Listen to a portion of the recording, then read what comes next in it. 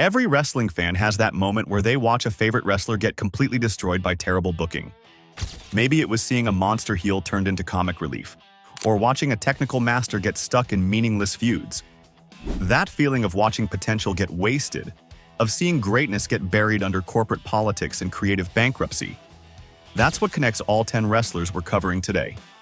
Let's begin with a comeback that should have been legendary: The Ultimate Warrior. The Ultimate Warrior's return at WrestleMania 12 in 1996 should have been that lightning strike. His music hit, the crowd exploded like it was 1988 all over again, and for one shining moment it felt like the golden era had returned. This was supposed to be the comeback that helped WWF during one of their most uncertain periods, when they desperately needed established star power to compete in an increasingly competitive landscape. After years away from the company, one of wrestling's most iconic characters had returned to help carry WWF through a major transitional phase. The timing seemed perfect.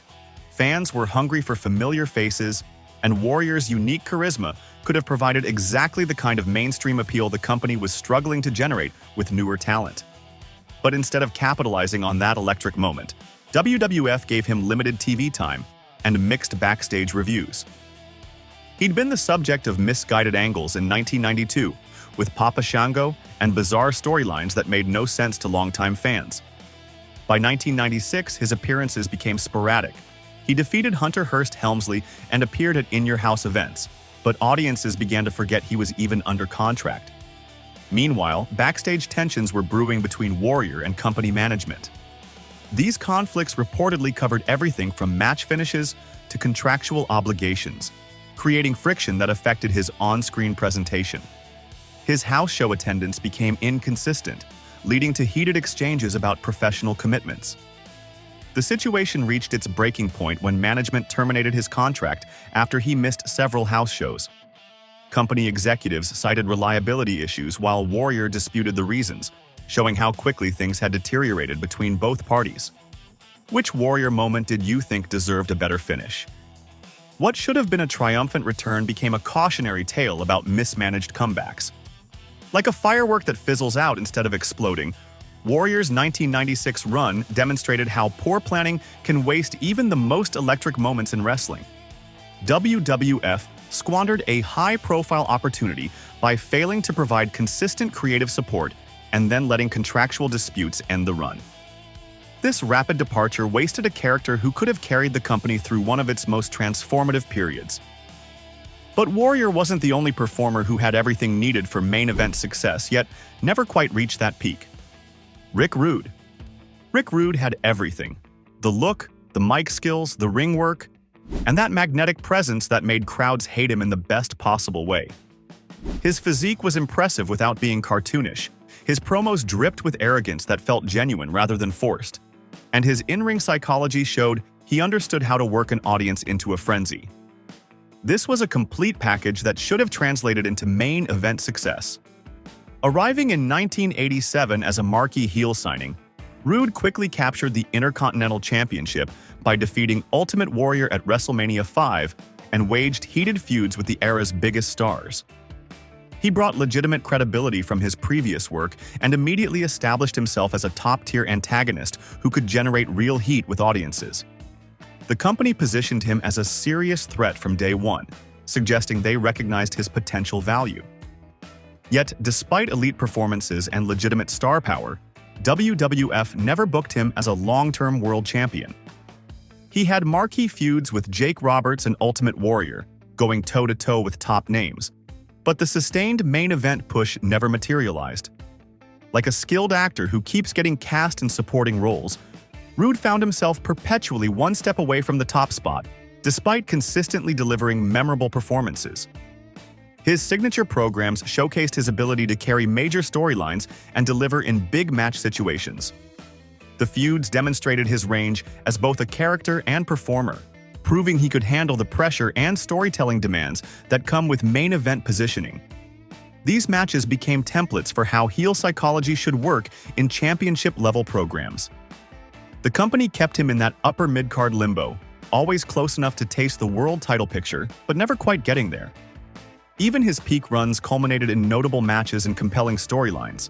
but not the lasting World Championship reign his talent deserved. Disputes with WWF management eventually led to his departure, stalling whatever momentum remained. His eventual move to WCW, where he found success with the Dangerous Alliance and captured United States and international world titles, proved fans were right about his main event credentials. Rick Rude became the textbook example of a world-class heel who could excel in top-tier feuds yet never received the championship coronation his work earned. But Rude wasn't the only talent whose potential got trapped by creative limitations and backstage politics. Scott Steiner. Scott Steiner brought legitimate star power and athletic ability that screamed main event potential from the moment he stepped into WWF. His combination of raw strength, technical skill, and natural charisma made him stand out even in a tag team role. This was a performer who had all the tools needed for singles success, yet WWF seemed determined to keep those tools locked away. The Steiner brothers were initially positioned as a championship-caliber duo, winning the WWF World Tag Team Championship and appearing in high-profile matches that showcased their abilities. Their success as a team demonstrated they could handle big match pressure and deliver when it mattered most. The foundation was there for either brother to break out into singles competition, but Scott's potential seemed particularly obvious to anyone watching closely. Behind the scenes, WWF staff, including Pat Patterson and Bruce Pritchard, reportedly considered pushing Scott as a singles star in 1993, but Vince McMahon wasn't on board with the idea. Meanwhile, the Steiners themselves preferred staying together as a team, creating mixed backstage priorities that stalled any momentum toward a breakout push. These internal conflicts meant serious discussions about Scott's singles potential never translated into actual programming. Conservative booking decisions kept Scott in tag team purgatory, despite his obvious solo credentials becoming more apparent with each passing month. The company chose the safe route of maintaining their established success rather than exploring the bigger possibilities his talent suggested. This creative hesitancy prevented Scott from reaching the heights his ability indicated he could achieve during WWF's transformative period. Contract disputes eventually led to the Steiners leaving WWF, cutting short whatever potential remained for Scott's singles breakthrough. His compelling in-ring ability and developing character work suggested he could have anchored major programming, but WWF's cautious approach meant that opportunity never materialized. Scott's later transformation into Big Papa Pump in WCW proved exactly what the wrestling world had missed. His physical evolution and dominant character work demonstrated the main event star that had been waiting to emerge all along. WWF had failed to capitalize on Scott's singles potential during his tag team years, and his eventual WCW success became the evidence of what could have been. Sometimes the most frustrating missed opportunities involve performers whose reputations were already established before they even arrived. Vader. Vader arrived in WWF as one of the most feared big men in the world, with a reputation built on destroying opponents in WCW and Japan. His mere presence had struck terror into audiences across multiple continents, where he had established himself as an unstoppable force of nature. This was a legitimate monster heel who had dominated wherever he went, bringing an international pedigree that should have translated into immediate main event credibility in WWF's ring. In several promotions, Vader was booked as a dominant international monster. WWF's presentation did not always recreate that same aura, which diluted his perceived threat for some fans. Like a lion being treated like a house cat, Vader's intimidating presence was consistently undermined by booking decisions that ignored what made him special in other promotions. The company failed to capture the intimidating aura that had made him a legendary figure elsewhere, choosing instead to treat him as just another addition to their roster.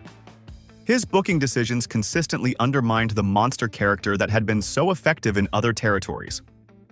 Rather than positioning him as an unstoppable force who could devastate entire rosters, WWF treated him like just another big man among many others.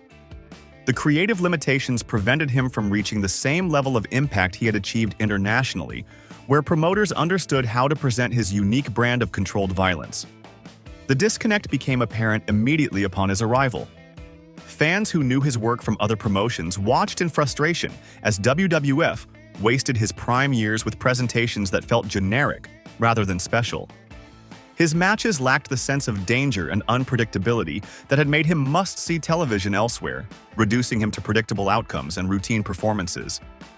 The company seemed unwilling to commit to the kind of dominant monster character that Vader represented at his best. Instead of building storylines around his reputation as someone who could legitimately hurt opponents, they softened his edges and made them more palatable for their audience. This approach sacrificed what made him unique in favor of a safer, more conventional presentation. A monster's impact comes from how a promotion sells him. When that selling is inconsistent, the crowd's reaction follows. One of wrestling's most feared monsters never fully translated into the same dominant, must-see attraction he'd been elsewhere. WWF had imported a legend and chose to treat him like an ordinary performer. But Vader wasn't the only performer whose credibility got systematically dismantled through questionable creative choices. Taz entered WWF with the kind of legitimate tough guy reputation that money can't buy, built through years of being ECW's most feared submission specialist. His background wasn't manufactured in creative meetings or developed through character workshops. This was authentic intimidation earned through real confrontations and legitimate victories against credible opponents who respected his ability to inflict serious damage. His debut created genuine buzz because fans knew this wasn't just another character. This was a real fighter with an intimidating aura that had been tested in ECW's unforgiving environment. The excitement was tangible when he appeared, carrying with him the mystique of someone who could genuinely hurt people if pushed too far. Wrestling audiences understood they were witnessing something special, a performer whose reputation had been forged through actual combat rather than scripted storylines. When ECW's legitimate aura met WWF's style, that raw edge sometimes got softened.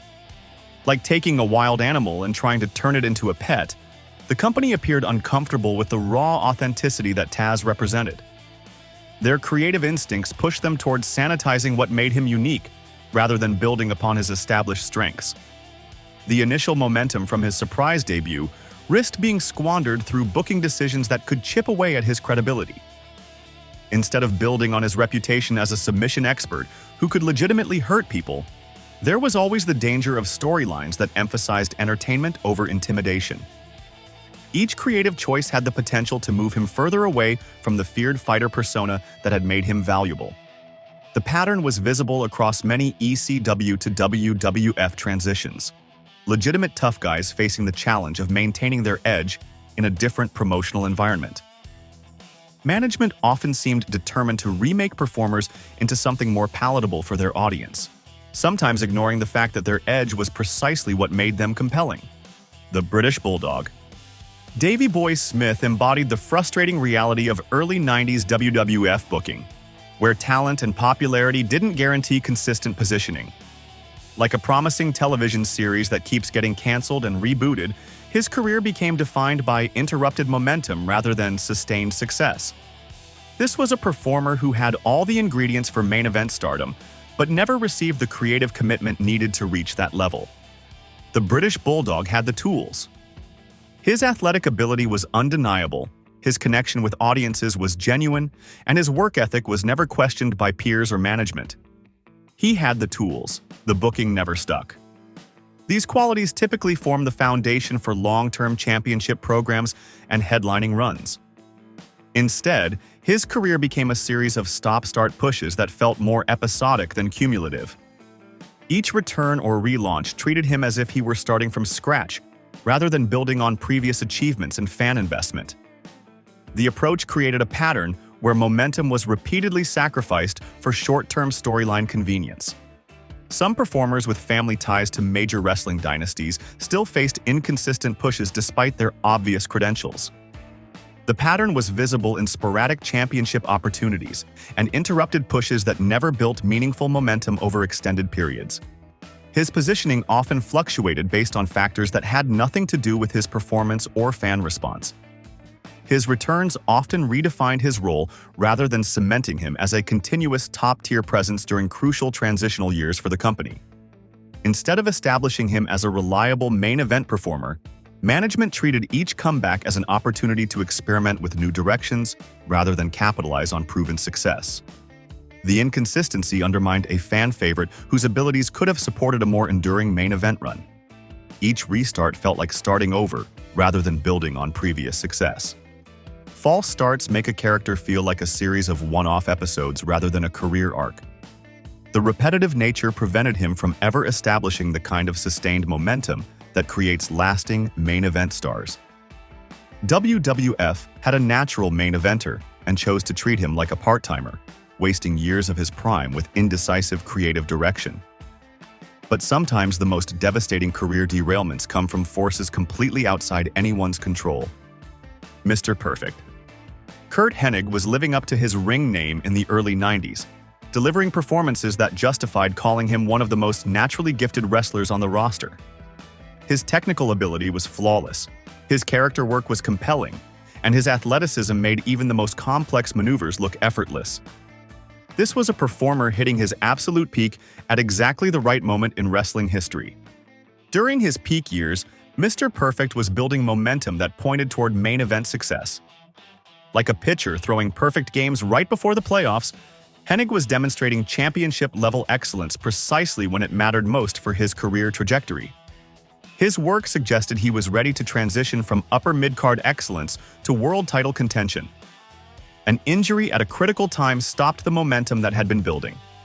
The timing was particularly cruel because he was reaching his creative and athletic peak when physical problems forced him out of action. Wrestling careers have small windows for main event runs, and Hennig's window was slammed shut just as it was opening widest. The injury itself was devastating enough, but his eventual return never fully recaptured the magic of his pre-injury run. Instead of carefully managing his comeback to restore his previous momentum, the company seemed unsure how to position him upon his return. The careful character development and storyline progression that had built his pre-injury success was essentially abandoned. His natural gifts as a performer remained evident, but the booking decisions failed to restore what had been lost. The company treated him like a returning veteran, rather than someone who had been on the verge of main event breakthrough. Fans who remembered his excellence watched as WWF struggled to find the right role for him, cycling through different positions without committing to any sustained direction. One of wrestling's most naturally gifted performers saw his prime years stolen by injury and inconsistent comeback booking. Mr. Perfect's career became a case study in how physical setbacks can derail momentum and how companies can fail to restore what was lost. But sometimes career damage comes not from injuries or poor booking decisions, but from single moments that change everything about how fans view a performer. Razor Ramon. Scott Hall's Razor Ramon character had that rare combination of natural charisma and star quality that should have been a ticket to the main event. His swagger felt authentic rather than manufactured. His promos had a believability that most characters lacked, and his in-ring work backed up everything his persona promised. This was the complete package that wrestling promotions spend years trying to create, delivered by a performer who made it look effortless. The character connected with fans immediately, bringing a cool factor that stood out during the new generation era. Like a movie star who commands attention simply by walking into a room, Razor Ramon possessed that indefinable quality that separates genuine stars from talented performers. His Miami Vice-inspired persona clicked with audiences who responded to his blend of menace and charm. WWF repeatedly used him in high-profile Intercontinental Championship programs, but never fully committed to a world title program, and his later WCW success is often cited as proof of underuse. Despite his obvious popularity and ability to carry major storylines, creative decisions consistently held him back from the world title picture. The pattern became predictable.